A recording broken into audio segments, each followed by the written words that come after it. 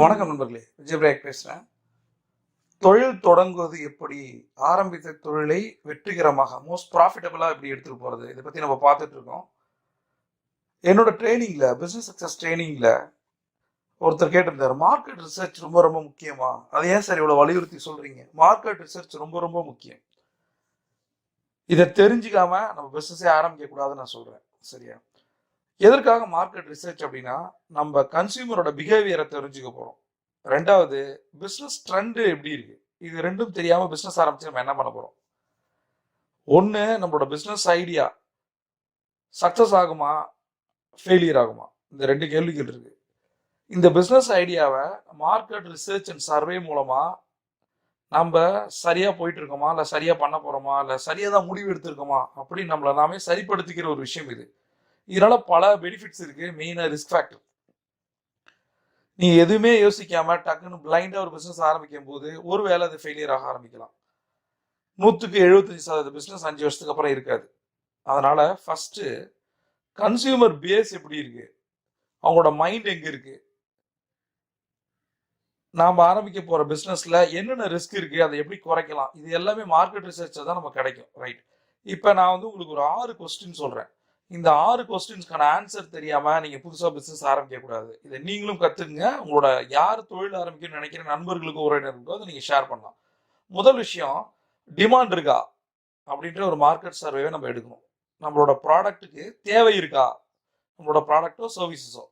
ரெண்டாவது, மார்க்கெட்டோட சைஸ் எப்படி, எவ்வளவு பேர் இருக்காங்க, அதுல இந்த செக்மெண்டேஷன் எடுத்துக்கணும்.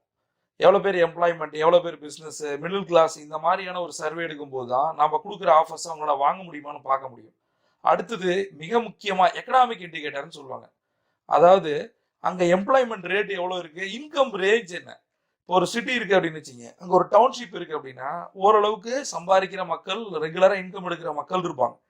சில இண்டஸ்ட்ரியல் எஸ்டேட் இருக்க ஏரியாக்களில் சுற்றிலும் பார்த்தீங்கன்னா ஒரு 25,000 to 50,000 எம்ப்ளாயிஸ் இருப்பாங்க. அப்போ சாலிடாக அந்த இடத்துல ஒரு பிஸ்னஸை ஆரம்பிக்க முடியும். இது ஒரு எக்ஸாம்பிள் தான். அப்போ அந்த எக்கனாமிக் இண்டிகேட்டர்ஸ் நிறைய இருக்குது. இதில் ஒன்று மட்டும் நான் சொல்லியிருக்கேன். இதை நம்ம பார்த்து தான் பிஸ்னஸ் ஆரம்பிக்கணும். அடுத்தது, லொக்கேஷன் ரொம்ப ரொம்ப முக்கியம். எந்த லொக்கேஷனில் நம்ம பிஸ்னஸ் ஆரம்பிக்க போகிறோம், நம்மளோட ப்ராடக்ட்டும் சர்வீஸும் அந்த லொக்கேஷனுக்கு மேட்ச் ஆகுமா அப்படின்னு பார்க்கணும். அடுத்தது, மிக முக்கியமாக, மார்க்கெட் சேச்சுரேஷன் பாயிண்ட் என்ன. இப்போ போய் புதுசாக ஒரு டெலிகாம் கம்பெனி ஆரம்பிச்சா எப்படி இருக்கும், எவ்வளோ ரிஸ்க், எத்தனை கம்பெனிகள் வந்து மூடிட்டாங்க.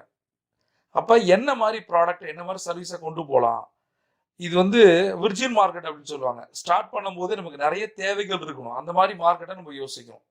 கடைசியாக ஒன்று சொல்றது, ப்ரைஸிங். நாம் கொடுக்குற சர்வீஸ் ப்ராடக்ட்டுக்கு நம்ம வைக்கிற விலையை இங்கே இருக்கிற மக்களால் வாங்க முடியுமா. இது தெரியாமல் நம்ம ஏதாவது ஊரில் போய் கடையை போட்டு ஒரு ஆஃபீஸ் ஆரம்பிச்சு, இல்லை பிஸ்னஸ் கன்சர்ன் ஆரம்பிச்சு, ஒரு ரீட்டைல் அவுட்லெட் ஆரம்பிச்சு தப்பான லொக்கேஷன் இருக்கக்கூடாது. ஒரு ஹோட்டல் ஆரம்பிக்கிறோம்னா லாஜிக்கலாக அங்கே பார்க்கிங் இருக்கணும்.